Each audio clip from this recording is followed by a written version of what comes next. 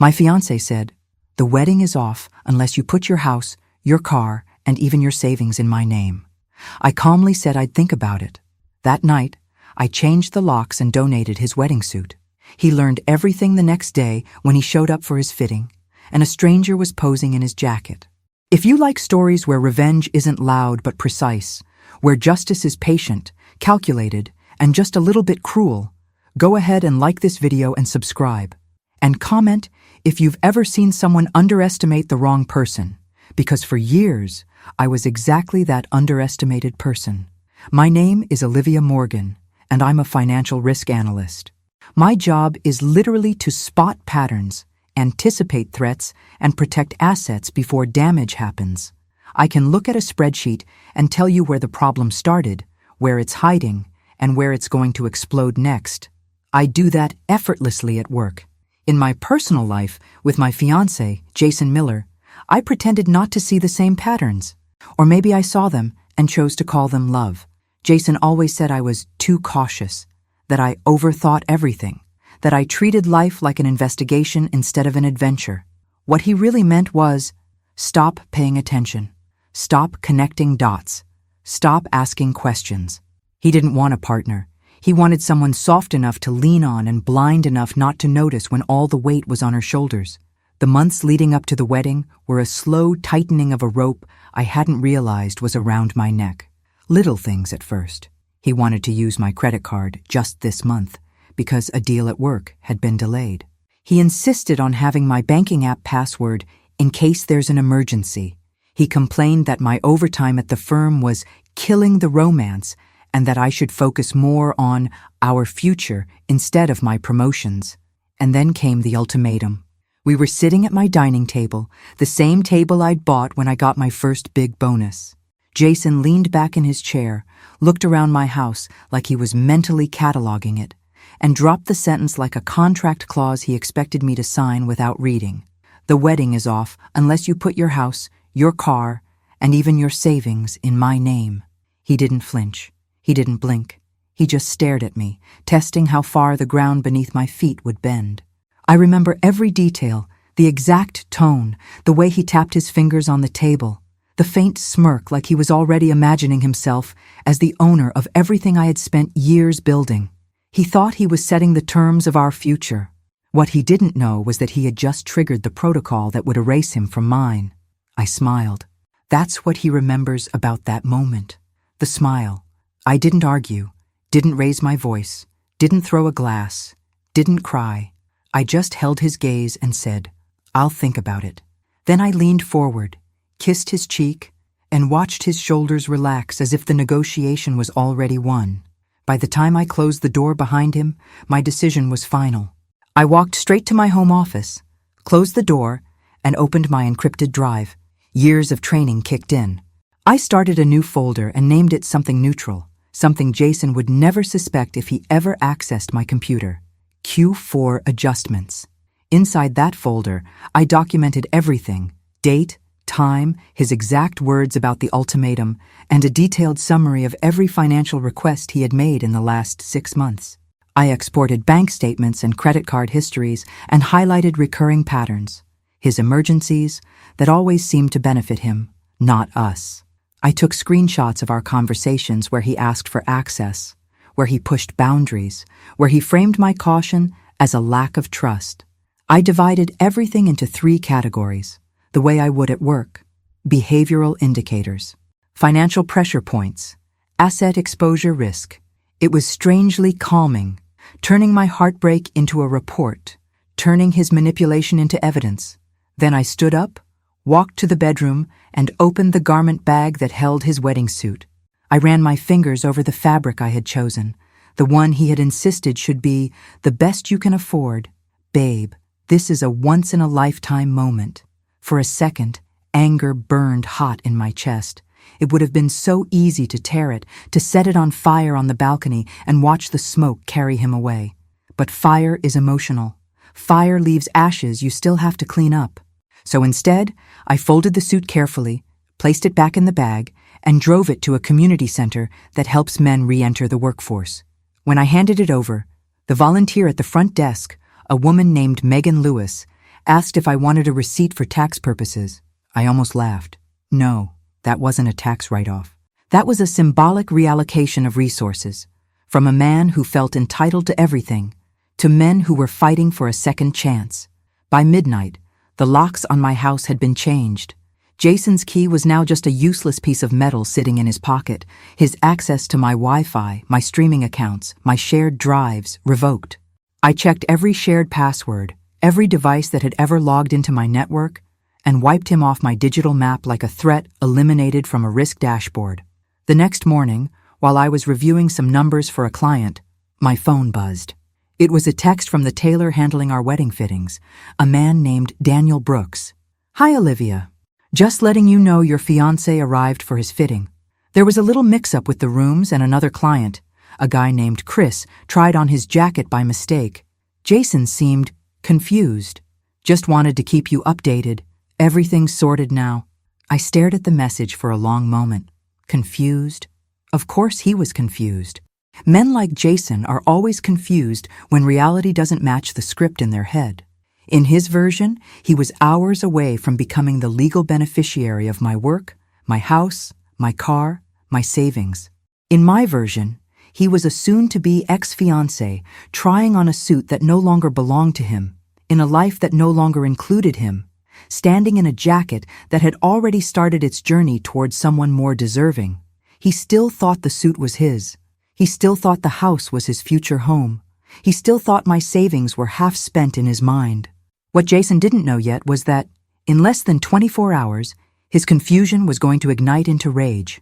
And rage, in a man who believes he's entitled to your assets and your obedience, always leads to the same thing: a spectacular mistake. That spectacular mistake came sooner than I expected. It always does with men like Jason who believe your boundaries are optional. By mid-afternoon, he'd called me 8 times, left 3 voicemails, each more irritated than the last, and sent a text pretending to be calm while barely disguising the command underneath it. "Call me. We need to fix this misunderstanding." Misunderstanding. That's what Jason called issuing a financial ultimatum to the woman he planned to marry. That's what he called demanding ownership of assets he never contributed to. That's what he called the quiet, strategic response he suddenly found himself on the wrong side of. I didn't pick up. Silence is a language, and I wanted him fluent in it. Around 6 p.m., he stopped pretending. He showed up at my gate, buzzing the intercom like someone who believed access was a right, not a privilege. When I finally answered, I used the exact tone I use in board meetings when I'm dealing with clients who think pressure equals power: steady, neutral, bulletproof. "You changed the locks," Jason demanded. "I did," I said. "You gave away my suit." "Yes." "Why?" "Because you tried to turn our marriage into a hostile acquisition," I thought. Out loud, I said nothing. The silence stretched so long he shifted his weight, like he was unused to not being able to fill the space with his narrative. He threatened to call the police. I told him calmly he was welcome to try. The house was legally mine, and I had the title deed in digital and paper form. Then he pivoted, just like I knew he would. Softer voice, wounded expression, the performance he put on whenever manipulation needed a gentler mask. "Babe, this isn't you. You're acting crazy. Let me in so we can sort this out." There it was. Not an apology. Not a hint of accountability. Just a shift in tactic. I didn't let him in. Instead, I gave him one sentence he didn't know how to file. "You crossed a line, and I document lines for a living." Jason didn't understand what that meant. Not yet. But I watched something flicker in his eyes, the first glimmer of uncertainty. Men like him are comfortable around chaos. They don't know what to do with composure. When he realized he wasn't getting the meltdown he came for, he reached for the lazy version of anger. He called me ungrateful, selfish, paranoid. He said I was ruining everything we built. That word, "we," almost made me laugh. We built nothing. I had built everything. He had moved into it and mistaken residency for ownership. Eventually, he left the gate, but he didn't go far. From my upstairs window, I could see his car parked just far enough down the street that he probably thought I wouldn't notice. Engine off, lights out, waiting. Men like Jason don't retreat, they reposition. They test the perimeter, looking for cracks. That was when I initiated Phase 1 of what I had already named in my head, Operation Glasshouse. Not because my life was fragile, but because once the light came in, there would be nowhere left for him to hide. Phase 1 had two fronts: legal clarity and financial visibility. I called my attorney, Charlotte, a woman who could read through a 100-page contract and find the single sentence that could topple a man's entire plan. I explained the ultimatum, the pressure to transfer assets, Jason's insistence on access, his behavior that afternoon. On the other end of the line, she exhaled slowly. Financial coercion before a marriage isn't just a red flag, she said. It's usually the opening chapter of a much longer book. Do you want documentation or intervention? Both, I answered. Within the hour, she shared a secure folder with me labeled Pre-Wedding Anomalies. Inside was a checklist that might as well have been written specifically for my situation. Written account of all financial requests, screenshots of messages related to asset transfer, a timeline of his attempts to access my accounts, notes on how his behavior escalated when I didn't comply. I filled it out line by line. It felt less like venting and more like building a file. Every detail I added pulled me further away from the fog of maybe I'm overreacting and closer to the sharp edge of reality. I wasn't overreacting. I was finally reacting. The second front of Phase 1 was understanding Jason's real financial position, not the version he performed for me over dinner, but the one hiding in numbers and declined applications.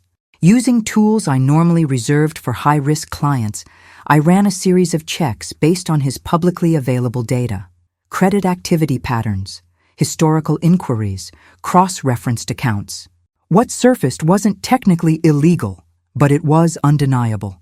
Multiple soft inquiries from lenders, 2 declined applications in the last quarter, and 1 pending request for a personal line of credit submitted just 2 days before he gave me his ultimatum.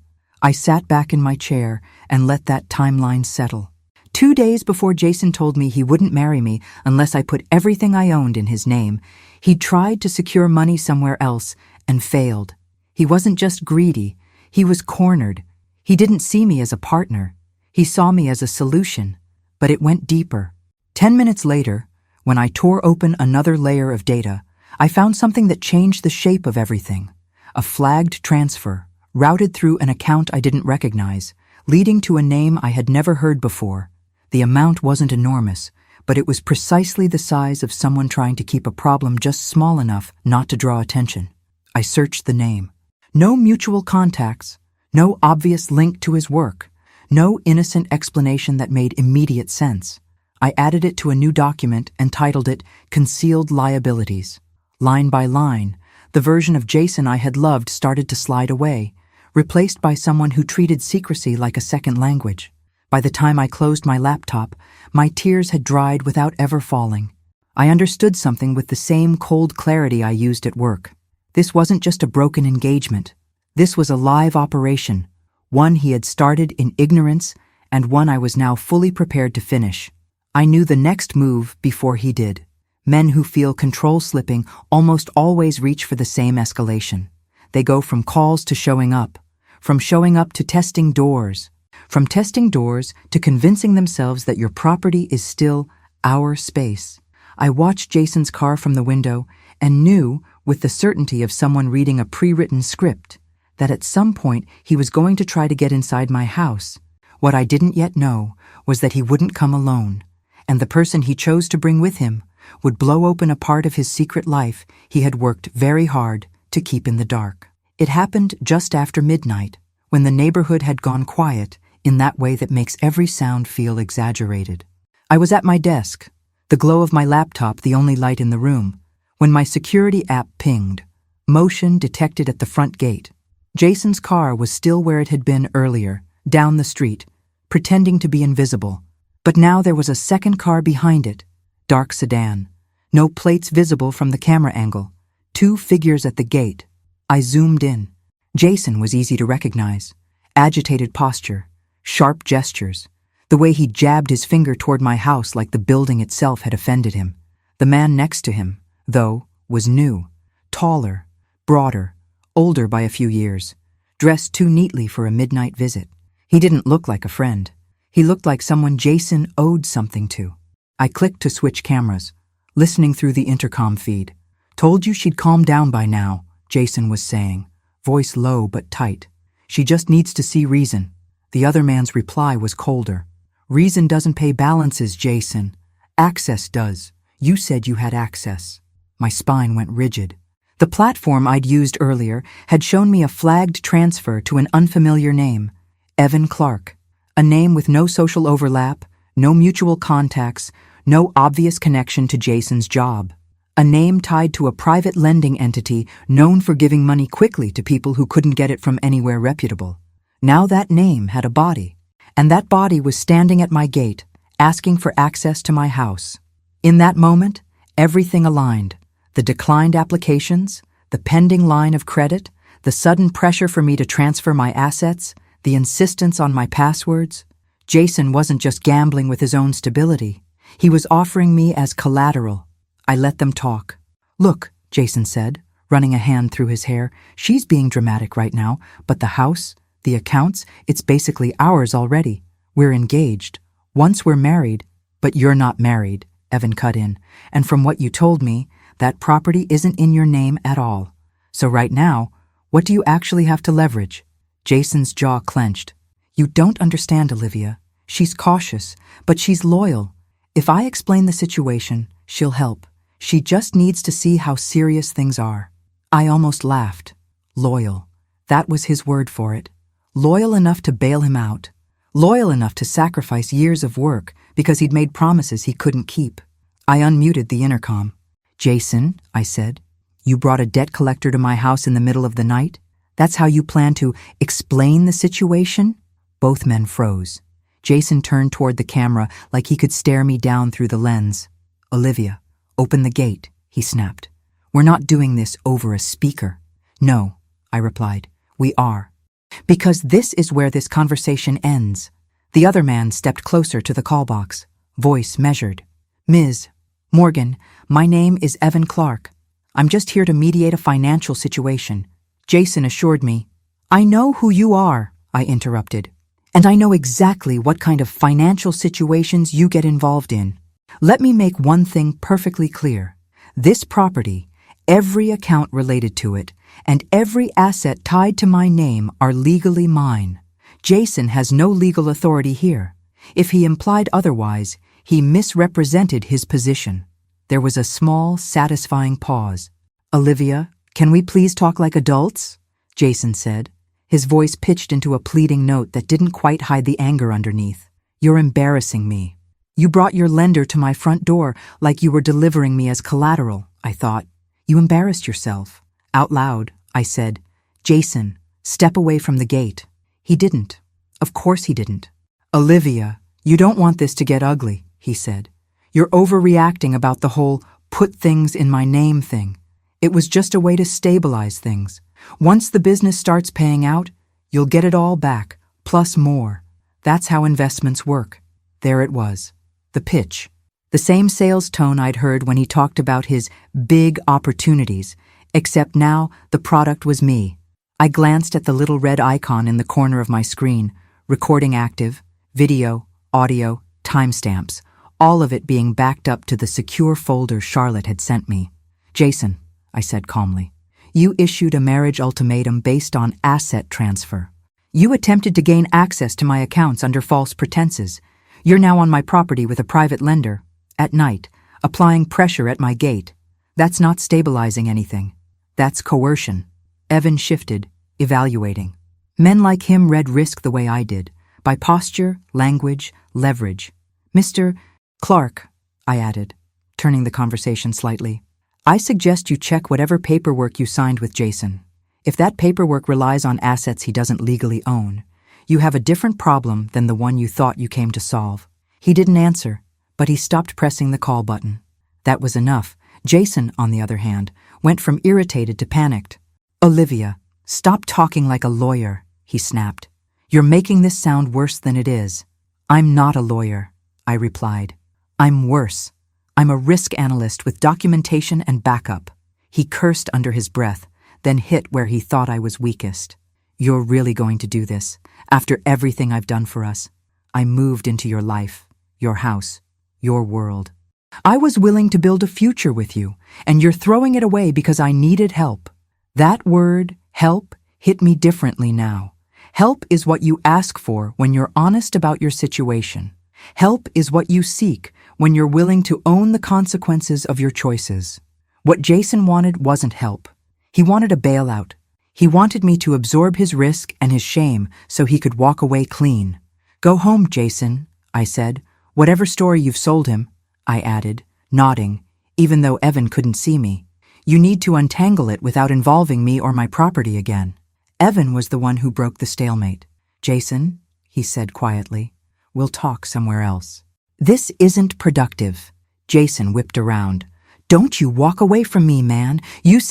I said bring me something real, Evan replied, his tone sharpening. You brought me a woman who knows exactly what she owns and can articulate it better than your contract. That's not leverage. That's a liability. They argued all the way back to the cars, Jason gesturing wildly, Evan staying controlled, the balance of power tilting with each sentence. I watched silently, every second recording, every word another brick in the wall between us. When they finally drove off in opposite directions, I sat back in my chair and let the quiet settle in. My hands were steady. My heartbeat was normal. On the screen in front of me, the pre-wedding anomalies folder now contained a new subfolder, Gate Incident, Y017, Video, Audio, Transcription in Progress, Log file ready to be forwarded to Charlotte in the morning. It hurt.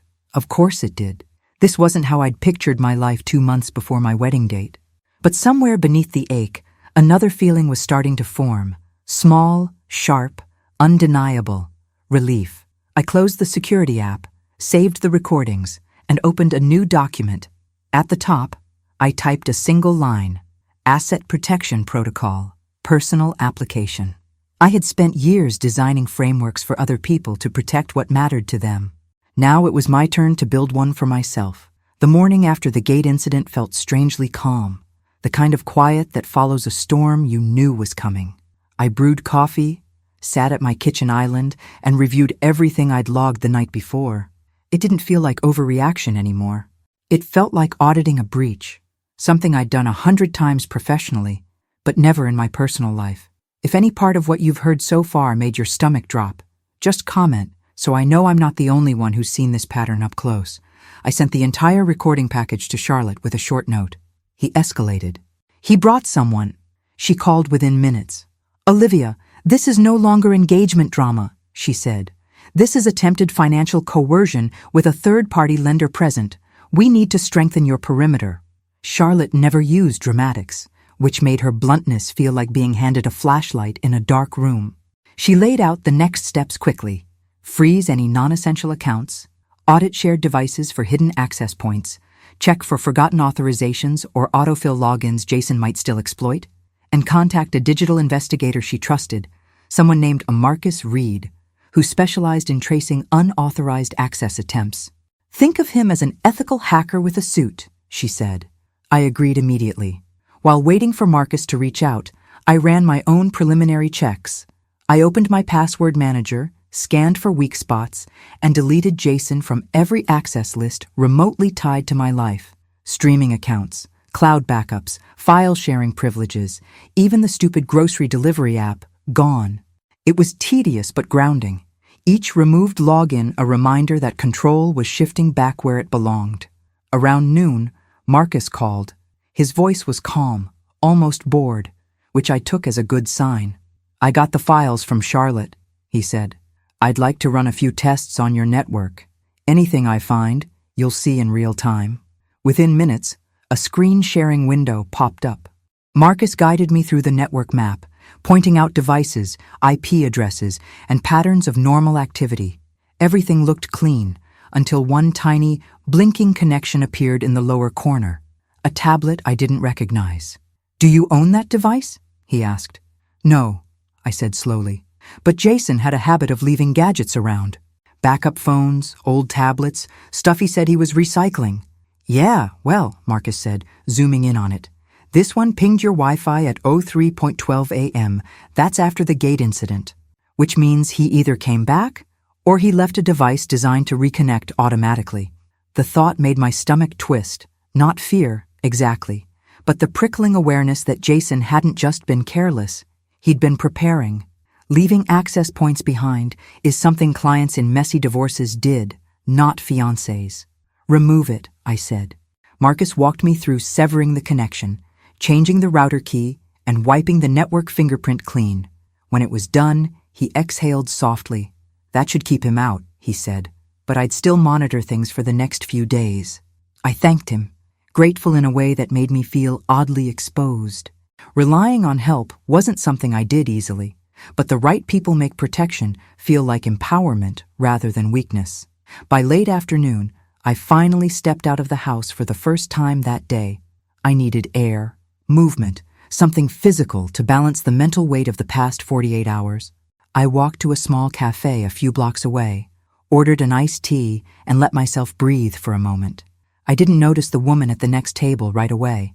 She was older than me, maybe mid-50s, wearing a navy blazer and reading from a thick stack of papers. When she looked up, her eyes flicked to mine with that polite, familiar glimmer of recognition people get when they're trying to place a face. "You're Olivia, right?" she asked. "I work with Daniel, the tailor. I'm his client sometimes. I think I saw you at the shop once." I nodded cautiously. "Yes, that's me." She hesitated, lips tightening like she was choosing her words carefully. "I don't mean to intrude, but is everything all right? Daniel mentioned your fiancé caused a scene yesterday. Something about a jacket?" I froze for a breath, not because she knew anything, but because gossip spreads faster than truth, and Jason hated only one thing more than losing control, losing face. I offered her a polite smile. "Just a misunderstanding." She accepted the answer, though not completely. Well, he didn't look like someone dealing with a misunderstanding. He looked like someone who'd just realized he wasn't the one holding the pen anymore. It was such an oddly accurate observation that I felt my shoulders relax. A stranger had seen what Jason couldn't hide. We chatted briefly, surface level, but her words lingered long after she left. Not the one holding the pen anymore. In my world, the one holding the pen was the one writing the terms, the one defining the structure of the agreement, and Jason hated agreements he didn't write. When I returned home, the sun was setting. The house felt different, not yet peaceful, but aligned with me again. As I stepped inside, my phone buzzed. A message from Charlotte. "Call me." Something came up. I dialed immediately. She answered with a sigh. "Jason went to a lawyer." Of course he did. And he's trying to claim emotional distress over the premature dissolution of joint property expectations. Joint property expectations. He has no claim, I said. I know, but he's trying to build a narrative. Expect escalation. I thanked her again and hung up, letting the quiet settle around me. Jason was regrouping, which meant the next phase of Operation Glasshouse was about to begin. A few days later, I woke up before sunrise, not because I couldn't sleep, but because my mind had already begun sorting information the way it does before a major audit. Patterns, risks, discrepancies. Jason's escalation wasn't emotional. It was strategic in the sloppy, cornered animal way men use when they think intimidation still works. I made coffee, opened my laptop, and reread Charlotte's last message. Jason going to a lawyer wasn't surprising. The surprising part was the phrase, joint property expectations. It was such a Jason move, trying to turn thin air into leverage. We had no shared deed, no shared account, no jointly purchased asset. The only thing we shared was a wedding date, and even that now belonged to the past. Charlotte had reassured me he had no legal standing, but I wasn't interested in reassurance. I wanted documentation, patterns, proof of intent, and Jason was giving me all of it for free, around 10 a.m. I received an unexpected email, not from Charlotte, not from Marcus, but from Daniel, the tailor. Subject, thought you should know. Body, your ex-fiancé came by again this morning. He wasn't aggressive, but he definitely wanted information about you. I didn't give him anything, just figured you'd want to be aware. I read it twice. Jason wasn't just regrouping through lawyers. He was probing, quietly, sloppily, looking for narrative leverage, or maybe hoping someone would slip up and tell him something he could twist. I thanked Daniel and forwarded the message to Charlotte with the note: behavioral escalation, public probing. Then I opened the pre-wedding anomalies folder and added a new entry. Documentation had become almost therapeutic. Every incident typed out was a reminder that I wasn't imagining anything. Jason wasn't a heartbroken fiancé. He was a man trying to rehabilitate control with whatever tools he thought he still had. Around noon, Marcus sent me a message with a line that said simply, "Found something. Call when free." I called immediately. He didn't waste time. "Someone attempted to log into your cloud backup using an old device ID about an hour ago. The attempt failed, but the fingerprint matches the same tablet from your Wi-Fi logs." My grip tightened around the phone. "So, Jason's still trying." "He is," Marcus replied, "but now he's sloppy, and that makes him traceable. Sloppy, desperate, predictable." "Should I be worried?" I asked. "No," he said. "He's trying to guess old passwords. That means he doesn't have access. He's probing for it. Keep everything locked down. I'll send you a full report today." I thanked him, and for a moment, just sat still, letting the weight of it settle. Jason was circling every perimeter of my life, looking for a crack, and every failed attempt gave me more evidence. Later that afternoon, Charlotte called again. "You're going to love this," she said, a hint of amused disbelief in her voice. "Jason's lawyer sent over a preliminary statement claiming that you created a hostile emotional environment by changing the locks without warning." I laughed, actually laughed. "Is that a legal argument?" I asked. "It's a performance," she replied. "He's inflating emotional vocabulary to frame himself as a victim. Don't worry, there's nothing there." But his lawyer requested a voluntary meeting to resolve misunderstandings. "Meaning," I said, "Jason wants a stage." "Yes, and if you accept, he'll try to twist whatever you say into leverage." "I advise against attending." "Agreed." We hung up, and I turned to the window, watching the street outside. A jogger passed by. A dog barked in the distance. My life looked normal from the outside, but beneath it all, the architecture was shifting. I wasn't just defending myself anymore. I was preparing the next structural phase of Operation Glass House. That evening, I sat down with a blank document and titled it, Public Exposure Risk Matrix. Not for him, for me. I needed to understand what would happen if Jason began spreading his own narrative. Men like him relied on whispers, on posturing, on reframing reality just enough to sound plausible. I'd seen it in corporate disputes dozens of times. The destabilized party moves first, loudest, messiest.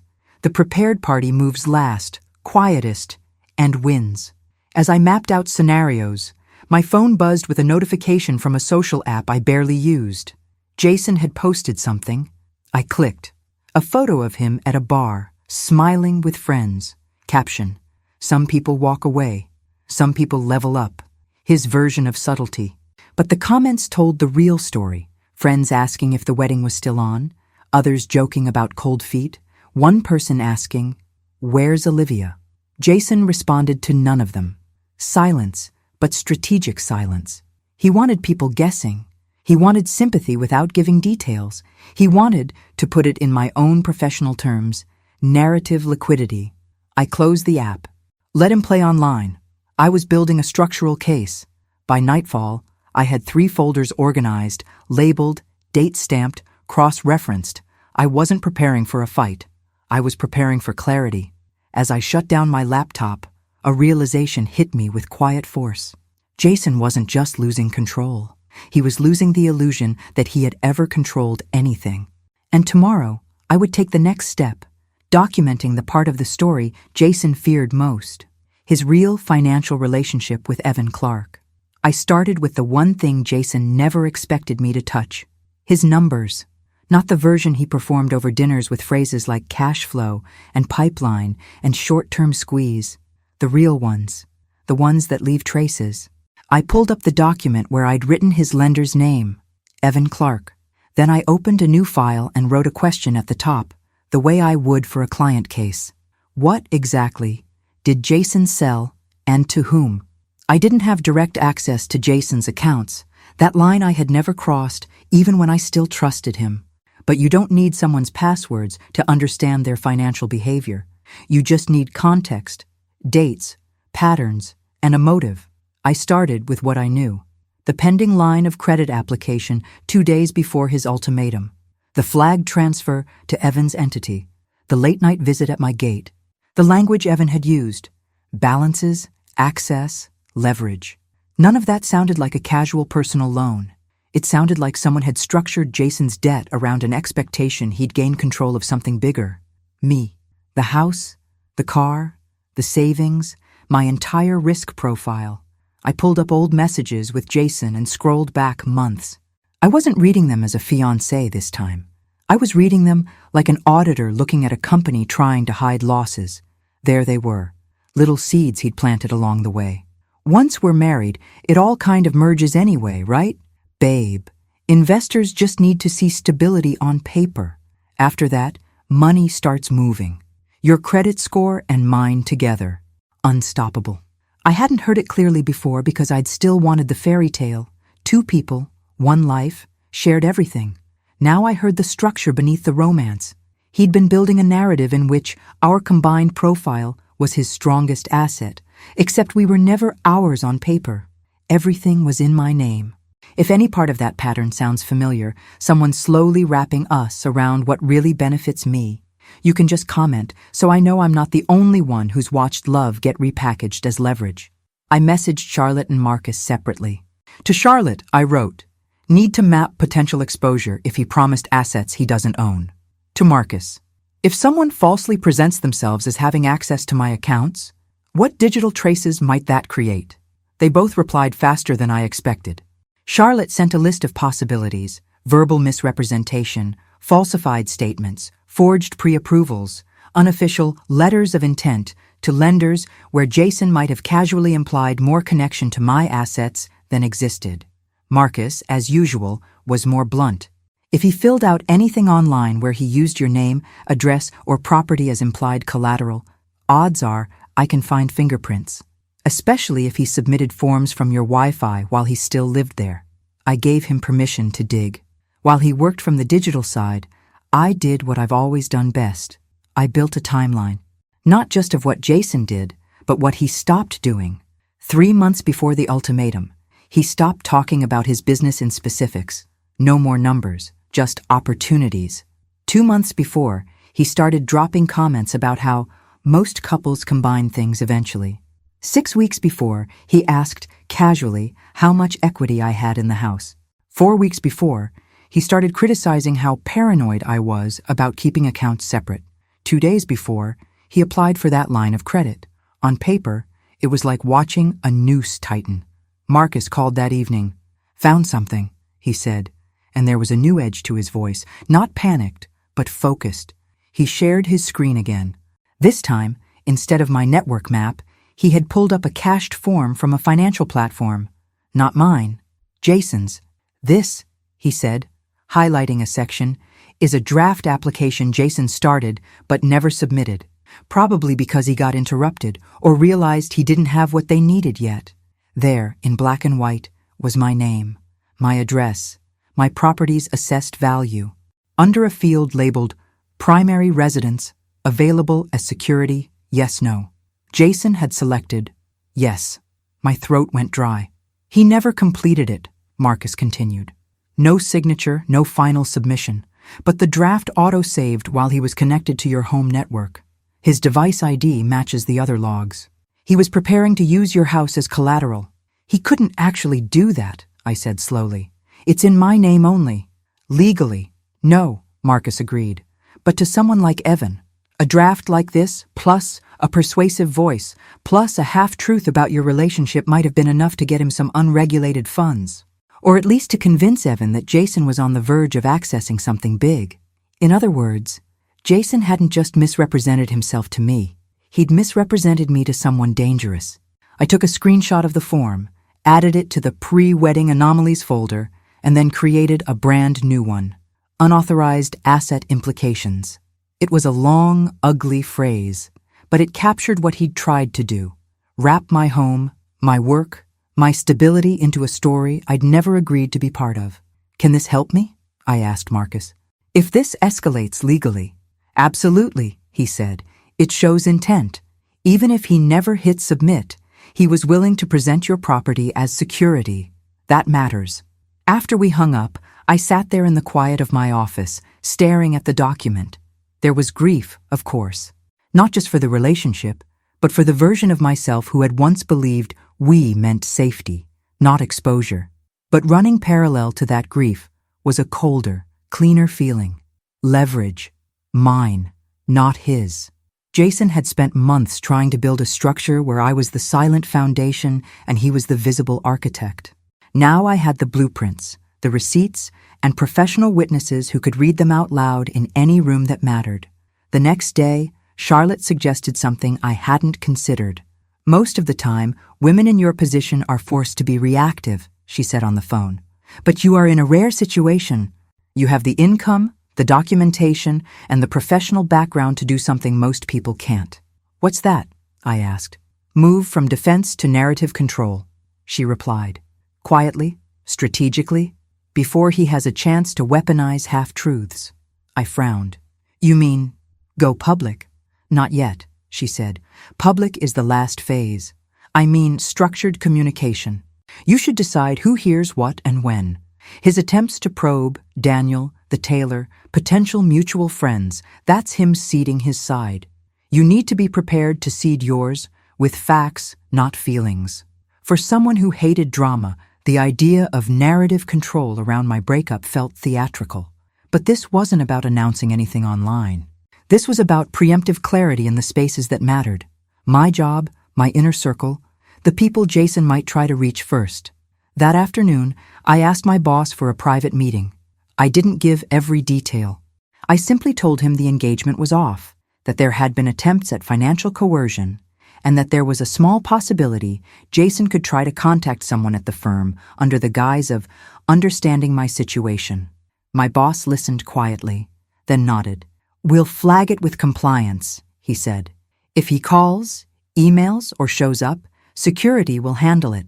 You won't have to." The sense of relief that washed through me was almost physical. For the first time since this began, I knew that if Jason tried to invade the one part of my life I'd built entirely on my own, there would be a wall he couldn't talk his way past. Later that week, at Charlotte's suggestion, I invited 2 close friends over, women who had known me long before Jason existed. We sat at my kitchen island with wine and takeout, and I gave them the condensed version. "I'm not asking you to take sides," I told them. "I just don't want you to be surprised if he starts telling you his version of events." I ended the engagement. I changed the locks. I donated the suit. He brought a lender to my house in the middle of the night. He tried to use my property as implied collateral. That's the truth. They were quiet for a moment. Then one of them shook her head slowly. "He always seemed charming," she said, "but too aware of it, like he was practicing." "Yeah," the other added. Like everything he said had a mirror behind it. We talked for hours, not just about Jason, but about the subtle ways women are trained to downplay their own discomfort in the name of harmony. By the time they left, I felt lighter, not because the situation was resolved, but because it was no longer private shame living only in my head. It was documented reality shared with people who believed me. Jason Fark, of course, didn't disappear. He doubled down. He sent long, dramatic texts about being blindsided, about not understanding why I turned cold, about just trying to build something for us. He hinted that he might show up at mutual events to clear the air. I didn't respond. Each message went straight into the folder. What he didn't know was that with every attempt to pressure me into engagement, emotional, legal, financial, he was building the exact kind of pattern I'd spent my entire career exposing in other people. He thought we were still in a breakup. I knew we were already in a case. And somewhere, just beneath all that structure and documentation, another thought had started forming quietly. One day, all of this was going to end up in a room Jason couldn't control. One with other people, other eyes, other loyalties. A room where his version of reality wouldn't be the only one on display. The room arrived sooner than I thought, but not in the way I expected. 2 weeks after the engagement imploded, after lawyers, investigators, unsecured debts, and late-night attempts at access, I received an invitation that had nothing to do with Jason at all. It was from my firm, a recognition event, a formal evening gala celebrating key analysts and project leads who had demonstrated exceptional clarity and resilience during volatile quarters. My boss had nominated me. I almost declined. I wasn't in the mood to dress up, smile politely, and pretend my personal life wasn't a wildfire I was quietly containing. But Charlotte, ever the strategist, stopped me. "Olivia, listen. This event matters. It's public. It's legitimate, and it frames your reality before Jason has a chance to frame his. Go." She was right, of course. Narrative control, structural positioning, and, beneath all that, something simpler. I deserved to be seen for my work, not hidden under the shadow of a man who tried to turn my life into a liability. So I went. I wore a navy satin dress, clean lines, sharp shoulders, the kind of dress that didn't ask for permission. My hair pinned back, my grandmother's earrings, a posture I hadn't felt in weeks, upright, unbent, intentional. The event was held at the Lincoln Club downtown, all glass and white marble and warm amber lights. People greeted me with surprise and genuine warmth. "Olivia, congratulations. Well deserved. You've been carrying half the analytics department this year. Your risk models saved that merger, you know." I smiled. I shook hands. I moved through the room with the ease of someone who actually belonged there. And then someone behind me said, "Olivia?" I recognized the voice instantly, even though months ago I might have called it charming. Smooth, calculated, a little performative. Jason. He wasn't supposed to be there. He had no connection to my firm, no invitation, no legitimate reason to step foot inside this event. But there he was, in a suit that wasn't tailored, wasn't elegant, wasn't the one I'd donated. His hair hastily styled, his expression somewhere between hopeful and furious. The look of a man who believed the story wasn't over until he said it was. A few heads turned. People were noticing. "Jason," I said, keeping my voice neutral. "This is a private event." "I just want to talk," he said, "somewhere quiet." "No," I replied. "We don't have anything to discuss." He laughed, a brittle, incredulous sound. "So, that's it. You get to destroy my reputation, freeze me out of my own future, and now you get applauded on stage like some kind of hero." Some nearby colleagues stiffened. "Is everything all right?" one of them asked gently. Jason raised his hands, performing innocence. "Totally fine. We're engaged. Well, she's just overwhelmed." A subtle wave of discomfort passed through the listeners. They weren't fools. They knew boundaries, tone, posture, and Jason's posture was wrong. I said quietly, "Do not involve my colleagues in this." "Oh, so now you care about discretion," he snapped. "After locking me out, humiliating me, ruining everything I worked for." He was unraveling. In public. "Jason," I said, "you need to leave." He stepped closer, too close. "You owe me a conversation." Behind him, I saw someone approach, my boss. Calm, authoritative, kindly, detached. "Is everything all right here?" he asked. Jason straightened. "We're having a private discussion. Nothing to worry about." My boss nodded once, polite but firm. "This is a closed event. If you're not on the guest list, I'm going to have to ask you to step outside." Jason's face tightened. He looked between us, me standing tall in a room full of professionals who knew exactly what coercion looked like, and him, a man who had bet everything on the assumption that I would always shrink before he snapped. He tried one last move, one last performance. "Olivia," he said loudly enough for several people to hear, "don't do this. You know I love you. You know I made mistakes. But you can't pretend you didn't make any too. That old tactic, shared blame, collapse the structure, level the field. I didn't give him the chance." "Jason," I said, steady as steel, "love is not a contract, and mistakes are not ultimatums. You don't get to stand here and rewrite what happened." Someone nearby murmured, "Good for her." Jason heard it. His jaw angled. His eyes darted around the room, realizing he wasn't the sympathetic figure in this story. He wasn't even the protagonist. He was the man who'd shown up uninvited to a professional event, hoping to corner me into a narrative that no longer existed. Security arrived, quietly, discreetly. One of them touched Jason's elbow and said, "Sir, let's step outside." He tried to shake them off. "I'm not leaving until she stops lying." But the room had already made its decision. People looked away from him and toward me, not with pity, but with recognition. This wasn't chaos. This was exposure. Public, clean, decisive.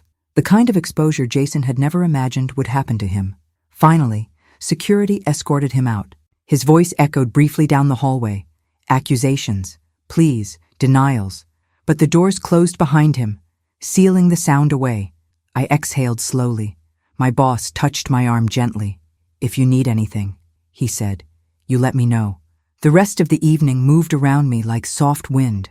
Women I'd barely spoken to before approached quietly to say they were proud of me.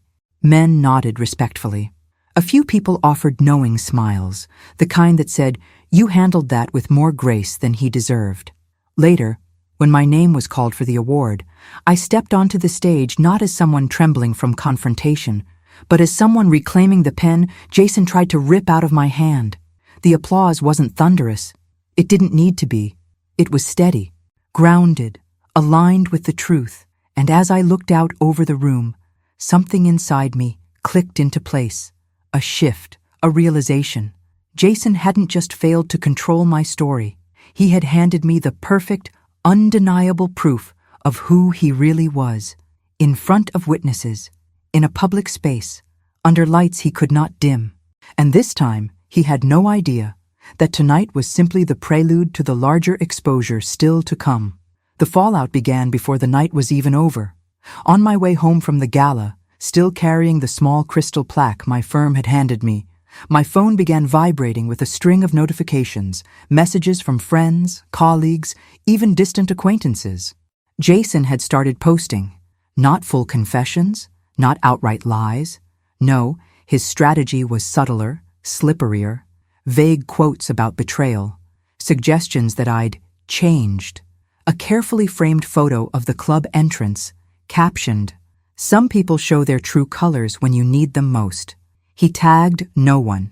He accused no one. But he implied everything. Charlotte called before I even unlocked my front door. "Don't respond," she said. "He wants you emotionally engaged. Think procedurally. Think structure, not reaction." She was right. Of course she was. Jason wasn't escalating for truth. He was escalating for control of narrative real estate. Inside my house, still in my dress, I opened the pre-wedding anomalies folder and added a new section, public slander attempts, indirect. I logged everything, timestamps, captions, indirect insinuations. Emotionally, it felt petty. Legally, it was foundational. I was documenting the shape of a pattern, but the real shift happened the next morning. I walked into my firm and felt a subtle difference in the air, a softness around me. People held doors a beat longer. Colleagues made eye contact with that gentle, supportive tilt of the head that says, "We saw what happened." Not in a pitying way, in a witnessing way. Witnesses matter. In courtrooms, in HR offices, in truth. Around noon, Charlotte called again. "His lawyer emailed me," she said, voice tight. "Jason claims you caused emotional distress by publicly humiliating him at your firm's event." I almost laughed. "He showed up uninvited." "Yes," she said, "and every person there appears willing to confirm that." Several people emailed HR this morning documenting his behavior, not because I asked them to, but because they wanted a record. I stopped walking in the hallway. "People emailed HR? Voluntarily," she repeated. "Olivia, this is extremely rare. Usually victims struggle to get witnesses to speak. You have proactive documentation." A warmth spread through my chest. Unexpected, steadying. For the first time, I wasn't carrying the truth alone. That evening, I sat down to review everything with a clearer head. And that was when Charlotte's next message arrived. "We need to meet. I've discovered something." We met at her office, A minimalist space with tall windows and a faint scent of eucalyptus. She didn't waste time with pleasantries. She slid a folder across the desk toward me. Inside were printed screenshots, email headers, and a partially redacted PDF. "This," she said, tapping the first page, "is a copy of a letter Jason sent to his lender, Evan Clark, 3 weeks before the ultimatum. He describes you as fully aligned in financial goals, refers to your home as joint future property, and claims you were preparing asset restructuring ahead of marriage." My stomach twisted, not with shock, but with validation. So he lied to Evan using my name. Yes, but that's not the issue. She pointed to the next page.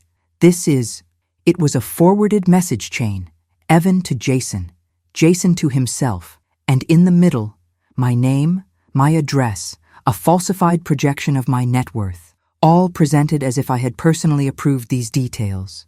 "He forged my consent?" I asked quietly. "Not legally," she said. "He never wrote your signature, but he implied consent in writing. That's enough to classify this as misrepresentation, and depending on how far this went, possibly attempted financial fraud." A slow, cold clarity settled into my bones. This wasn't heartbreak. This wasn't a messy breakup. This was a man who had mapped my assets into his future plans without permission, and now that those plans were unraveling, he wanted to rewrite the story as betrayal instead of exposure. I closed the file and looked at Charlotte. "What's the next step?" "Phase 2, she said, echoing the language I'd been using privately. "We shift from documentation to containment." She outlined the strategy. "Prepare a formal cease and desist for any continued attempts at representing me or my property. Notify Evan Clark's entity that I had no involvement and no consent, protecting myself and preemptively isolating Jason's claims. Inform my firm's compliance department of potential unauthorized inquiries. Begin drafting a personal impact statement in case this escalates to civil action. And," she added carefully, "you need to be prepared for him to retaliate in the only way he has left, which is reputation," she said. "He may try to smear you, reinvent the story, cast himself as the victim. When someone loses material leverage, they go after social leverage." I knew she was right. I'd seen that pattern at work dozens of times, exposure leading to reputation warfare. But this time, I wasn't the analyst. I was the case. Before leaving Charlotte's office, I stepped into the restroom and sat on the small bench in the corner.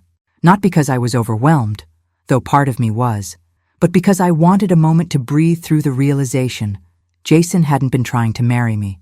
Jason had been trying to merge with me, not emotionally, not romantically, financially.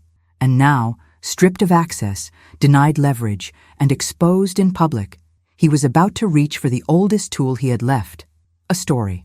That night, I opened my laptop to find exactly what I expected, a long, unhinged paragraph posted on his social media. Sometimes you give everything to someone and they turn out to be calculating, cold, and manipulative. Some people weaponize their careers to destroy good men. He didn't use my name. He didn't have to. And somewhere deep inside me, something finally snapped into place. Not fear, readiness. Because the moment he tried to weaponize narrative, he triggered the part of me he feared most. The part that knows how to dismantle a story more precisely than he ever could.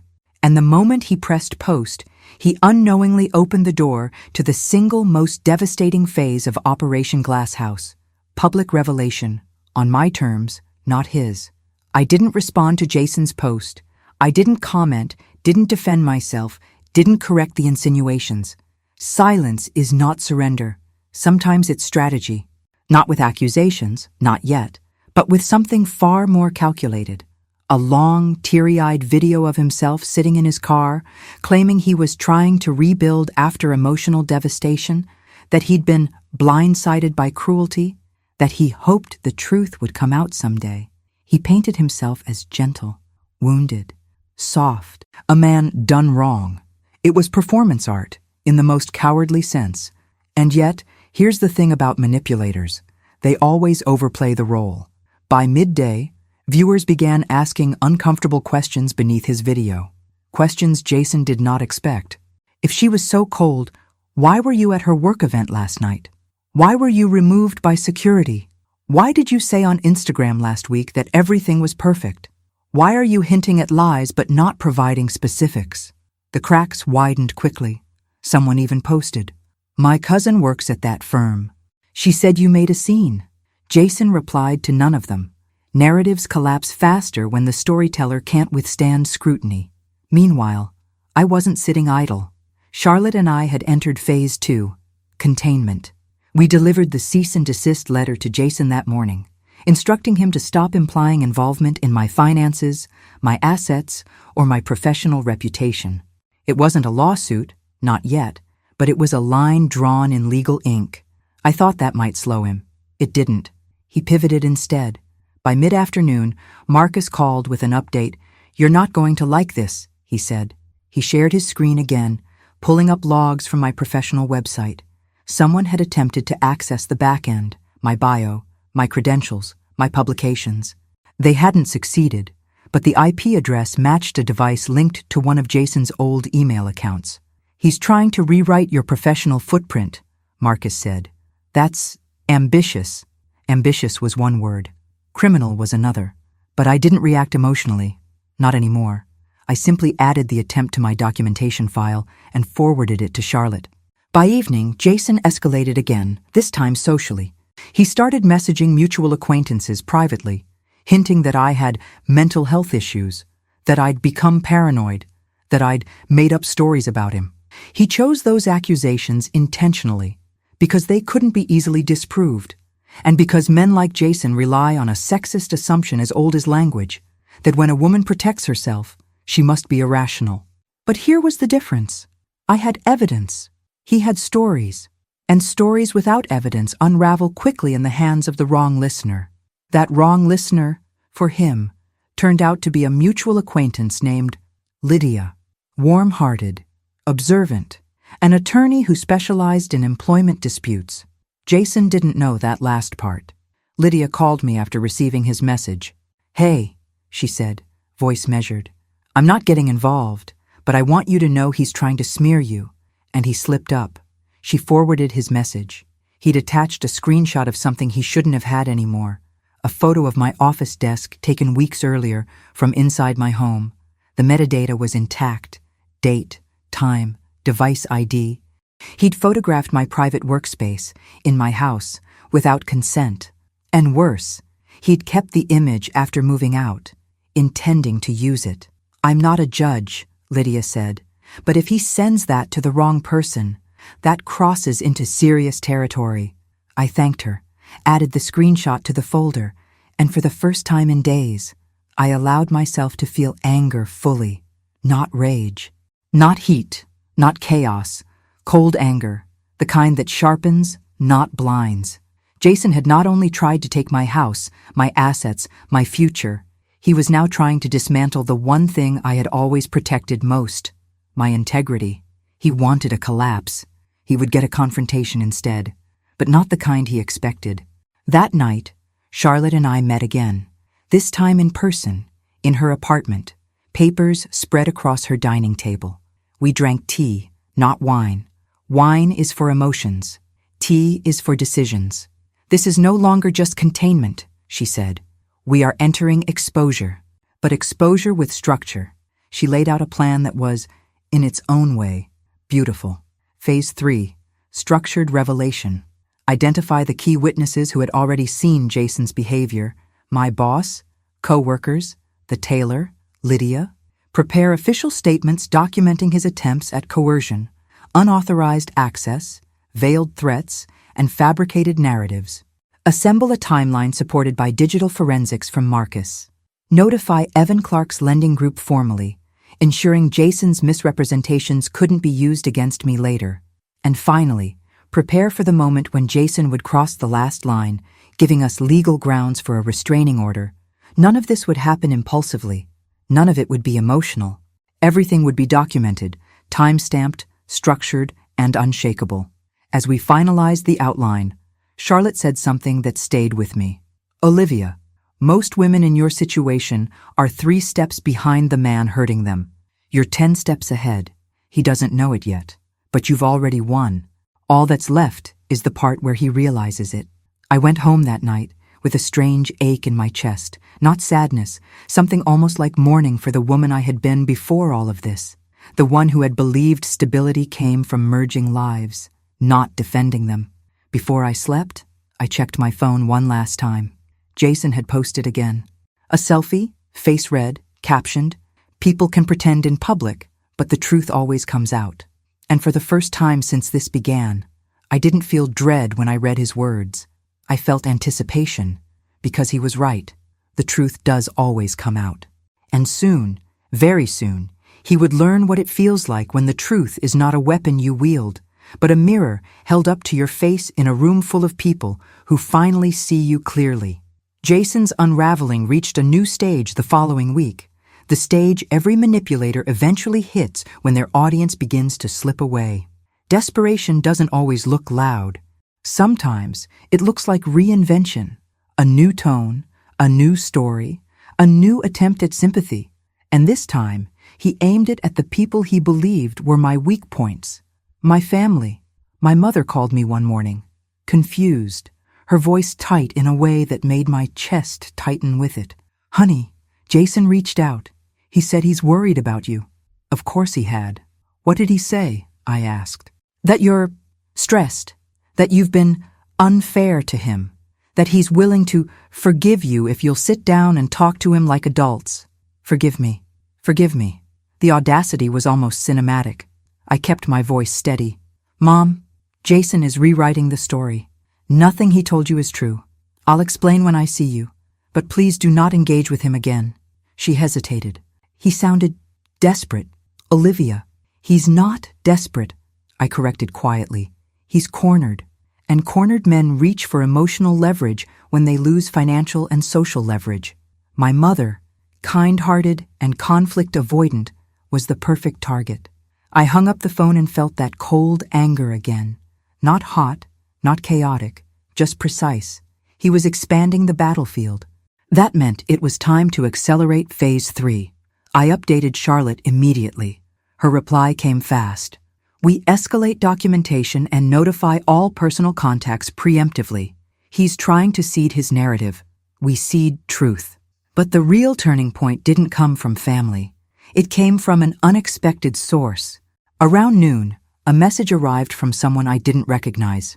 Elise Turner. Her first line, "I don't know you, but I think we need to talk. It's about Jason." My stomach dropped, not in fear, but in recognition. Women don't reach out to strangers about men unless something is very, very wrong. We scheduled a call. She answered with a voice that sounded both steady and exhausted. "Thanks for speaking with me, Olivia. I'm not here to add to your stress. I'm here because I saw his posts, and I didn't want you thinking you were alone."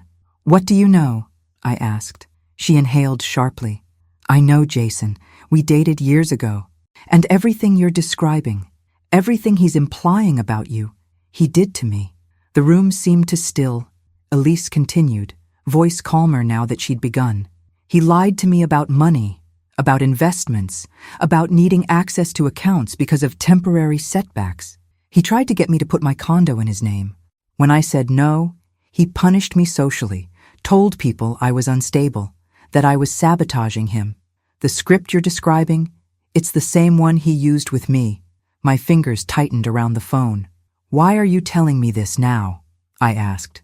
Her answer was quiet. "Because I saw him posting about you, and I saw how he framed it. And I realized he's never going to stop unless someone draws a line he can't cross." I swallowed. "He's crossed several already." "I know," she said softly. "And he'll cross more, unless someone exposes the pattern, not just the incident." A pattern. Exactly what I'd been building. Elise offered to provide her statement, dated, signed, and willing to be shared with legal counsel. She even had old messages, screenshots, emails from his past attempts at financial manipulation. "If you need corroboration, I have it," she said. "He thinks he's unique. He's not. He's repetitive." After we hung up, I sat with the phone in my hand, feeling a mixture of vindication and something like grief. Not for Jason, but for every version of myself that had once minimized him. Marcus called next. "Got another hit," he said. "Someone, Jason, tried logging into your work email from an old device ID. Again, No access, but the attempt confirms intentional breach. Send me the logs, I said. You'll have them in 5 minutes. And then came the final spark. An email from Evan Clark's lending company. Formal, terse, unmistakably serious. We have received documentation from your legal counsel indicating misrepresentation by Mr. Jason Miller. We will no longer recognize any claims he made regarding your assets. Additionally, we are evaluating whether to pursue further action for falsified information. Jason wasn't just losing leverage. He was losing cover. That evening, Charlotte and I met once more, this time with a full team. Attorneys, a digital investigator, a compliance consultant. We laid out the timeline on a long oak conference table. Every attempt at coercion, every unauthorized access, every misrepresentation, every escalation, every post. Do we have enough for a restraining order? I asked. Charlotte exchanged a look with the others. Yes, she said, and more. Then she leaned forward slightly. But there's something else you need to consider. Jason is trying to weaponize social narrative. Your safest, strongest move now is controlled disclosure. I frowned. Disclosure to whom? That, she said, depends on the venue. But you have a professional ecosystem, documented harassment, digital evidence, witnesses, and now corroboration from a previous partner. You don't need to expose him online. You expose him in the precise space he's been trying to infiltrate. Your reputation network, cold, clean, procedural, not revenge, record. And then? I asked. And then we let his own actions collapse the rest, she said. He's already pushing himself over the edge. We'll simply stop cushioning the fall. I walked home through the quiet of early evening, streetlights reflecting on pavement, slick from a light rain. For the first time, I didn't feel chased by what Jason might do next. I felt anchored by the fact that everything he'd done was now documented, witnessed, and structurally mapped in a way he couldn't distort. When I reached my door, something small but pivotal happened. My neighbor, Mr. Hall, retired, kind, usually quiet, stepped out of his house as I approached. Evening, Olivia, he said gently. I didn't want to alarm you, but your ex-fiancé stopped by the other day. He asked me questions about when you're home, who visits, what hours you work. A chill cut through me, but Mr. Hall put up a hand. I didn't tell him anything, and I alerted the neighborhood patrol. They're watching your block for the next 2 weeks. You're not alone. Not alone. The phrase hit deeper than I expected, because for the first time since this began, I realized something profound. My life was no longer shrinking around Jason's behavior. It was expanding around my truth. And soon, very soon, the moment would come where Jason wouldn't just be losing access. He would be losing the narrative entirely.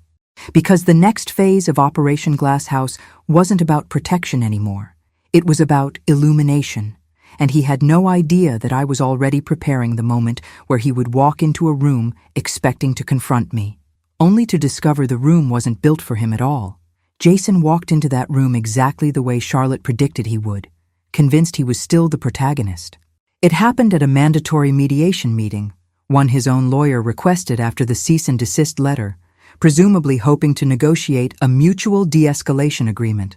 Charlotte accepted the meeting for one reason only. It placed Jason in a controlled environment with neutral witnesses and his own attorney present. It wasn't public, but it was formal. And for men like Jason, formality is kryptonite. I arrived with Charlotte, calm, composed, every document organized in a thin leather portfolio. Jason arrived moments later, wearing desperation disguised as charm, smiling too hard, speaking too softly, performing a role he no longer had the script for. Olivia, he said, stepping toward me like we were about to share a tender moment. Thank you for coming. I think we can work through this like adults. I didn't move. Charlotte's posture told him everything he needed to know. His smile flickered. We sat. Jason's lawyer, an older man with tired eyes, began with a rehearsed speech about misunderstandings, heightened emotions, and the importance of avoiding unnecessary escalation. It was almost convincing. If you ignored Jason bouncing his legs so fast, the table nearly vibrated. Then it was Charlotte's turn. She slid a single sheet of paper across the table. Before we discuss anything, she said, Both parties must acknowledge the documented sequence of events. Jason frowned. What documented sequence? Charlotte gestured. This one. He picked it up. The blood drained from his face. Because it wasn't a narrative. It wasn't emotional. It wasn't my version versus his version. It was a timeline.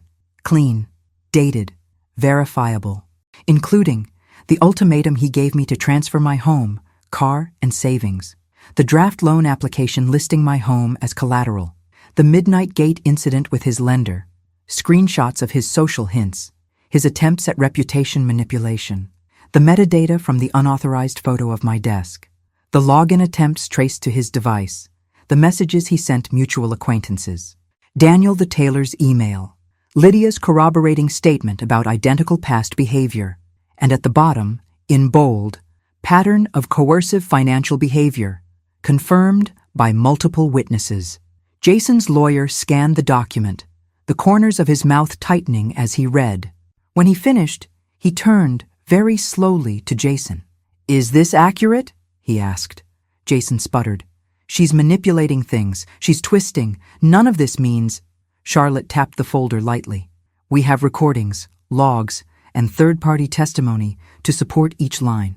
Nothing here is based on interpretation. It's data. And if necessary, we can present it to a judge." Something cracked in Jason then. Not loudly, not dramatically, but visibly. Because for the first time, he realized his weaponized ambiguity had no power here. Every tactic he relied on, confusion, charm, implication, half-truths, had been neutralized by something he couldn't distort. Structure. His lawyer cleared his throat. "Jason, you said she had agreed to merge assets." "I never said that," I replied evenly. "You implied it," Charlotte added, and Jason documented that implication in messages to his lender. The misrepresentation is on record. Jason slammed a hand on the table. "I never meant— she's turning this into something it's not." His lawyer held up a hand. "Jason, stop." The room froze. His own attorney telling him to stop. Jason's breathing grew shallow, panic layered under anger. He wasn't used to losing control of the room. He wasn't used to witnesses who didn't bend. He wasn't used to a structure that didn't warp around his narrative. "Here's the proposal," Charlotte said calmly. "Jason ceases all contact, direct or indirect. He removes all posts, hints, insinuations, and online references to Olivia. He agrees not to approach her residence, workplace, family, or acquaintances. He acknowledges in writing that he has no claim, legal, emotional, financial, or reputational, over her assets or decisions." "And what does she give?" Jason snapped. "Nothing," Charlotte said, without flinching. "This isn't a negotiation. It's a boundary."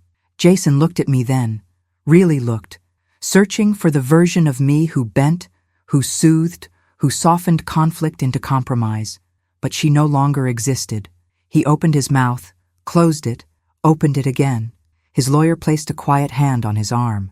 "You should take the deal," the lawyer murmured. "This is the best you're going to get." Jason's face twisted. Rage, disbelief, humiliation, desperation all warring beneath the surface. "This is who you are now," he spat at me. "Cold? Calculating? You think this makes you strong?" I met his gaze. "I'm not strong because of this," I said. "I'm strong because you no longer decide the terms." That line, the one that had lived inside me for weeks, landed harder than I expected, hard enough that Jason actually leaned back, as if pushed. "Jason," his lawyer said, voice firm, "sign the agreement." Minutes passed. Then Jason, jaw clenched tight, scribbled his signature on the page. It wasn't victory, it was closure. Documented, dated, irreversible. But the meeting wasn't over, because as we prepared to leave, Jason suddenly blurted, "You think this is the end? You think people won't hear my side?" Charlotte didn't even turn around as she packed her briefcase. "They already have," she said quietly. "They just didn't believe it." I watched Jason freeze, because Charlotte was right. He had already told his story. The world had already heard it, and it had already rejected him. We walked out of the conference room into the bright hallway, quiet, sterile, sunlit, and for the first time, I felt the full, unambiguous truth. Jason wasn't a storm I had survived. Jason was a structure I had dismantled, carefully, intentionally, piece by piece. And now there was only one thing left before Operation Glasshouse was complete: reconstruction. My life, my space, my future, not defined by him, not defended against him, but rebuilt entirely without him. And the very next day, unexpectedly, beautifully, that reconstruction would begin. The reconstruction didn't begin with a dramatic moment. It began with a small, almost ordinary thing, the kind of thing you don't realize is a turning point until later. The morning after the mediation, I woke up without dread. No buzzing phone, no stomach knot, no immediate calculation of threat, just quiet. I opened the curtains. I made coffee. I sat at my kitchen table, the same table where Jason had once issued his ultimatum. And for the first time, it felt like my table again. Not a battleground, not evidence, not a memory waiting to sting. Just a piece of my home. Later that day, Charlotte called to confirm Jason had complied. All posts removed, all attempts at indirect contact stopped, all conditions formally acknowledged. Legally, structurally, procedurally, his access was gone. But the moment I truly felt free didn't come from paperwork. It came from breath, because I wasn't reacting anymore. I wasn't defending. I wasn't analyzing a threat. I was simply living. I took myself to a bookstore that afternoon, the same one I used to wander before Jason filled every corner of my life with noise. I picked up a novel I'd been meaning to read for 2 years. The cashier smiled at me. "Great choice," she said. And for some reason, her tone made something inside me soften, like my life was widening again. The next week, I returned to yoga classes I'd abandoned during the relationship, because Jason said stretching was a waste of time. I cleaned out the closet where his things used to be, not with rage, but with relief. Every empty hanger felt like a breath. At work, people treated me normally again, not cautiously, not sympathetically, normally. My boss scheduled me for a project lead position on a new corporate restructuring case. "You have a gift for seeing what others miss," he said. "Use it. Use it." The phrase settled into me with quiet confidence. I had always used it, for companies, for clients, for everyone except myself. Now it was mine. 2 weeks later, something unexpected happened. At a friend's small dinner party, I found myself seated across from someone new, a man named Ethan Clark, not related to Evan, thankfully. A software engineer with a calm way of speaking and an easy laugh. We talked about books, travel, badly designed apps, why people lie, why people don't. And for the first time in a long time, I didn't feel watched. I didn't feel evaluated. I didn't feel like someone was waiting for me to shrink so they could expand. I felt seen, without being consumed. We didn't exchange numbers that night, but he smiled when we parted. "I hope we run into each other again," he said. And the surprising thing, the beautiful thing, was that I hoped so too. Reconstruction is quiet like that, not a grand gesture, a gentle one. In early spring, I repainted my home office. Not because it needed color, but because I did. I took down the old photos, added plants, a soft lamp, a corkboard for ideas unrelated to risk models or documentation, a board for my life, not my defense. And as I stepped back to look at the room, I realized something. This wasn't the aftermath of a crisis. This was the beginning of a life he had never been part of. One evening, as I walked through my neighborhood, the sun low and warm, Mr. Hall waved from his porch. "You're looking lighter these days," he said. "I feel it," I replied, and I did. Finally. Not because Jason was gone, although that helped. Not because the case was closed, though it was. Not because I had survived something difficult, though I had, but because I had built something stronger in its place. A life with boundaries, a life with clarity, a life chosen, not inherited from someone else's needs. I returned home, brewed tea, and sat at my window. The city hummed below. My house felt safe.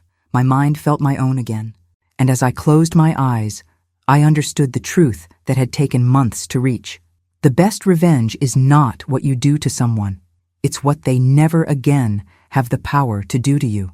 If you want more stories like this, stories of women reclaiming their power with intelligence, precision, and quiet resilience, go ahead and leave and turn on notifications.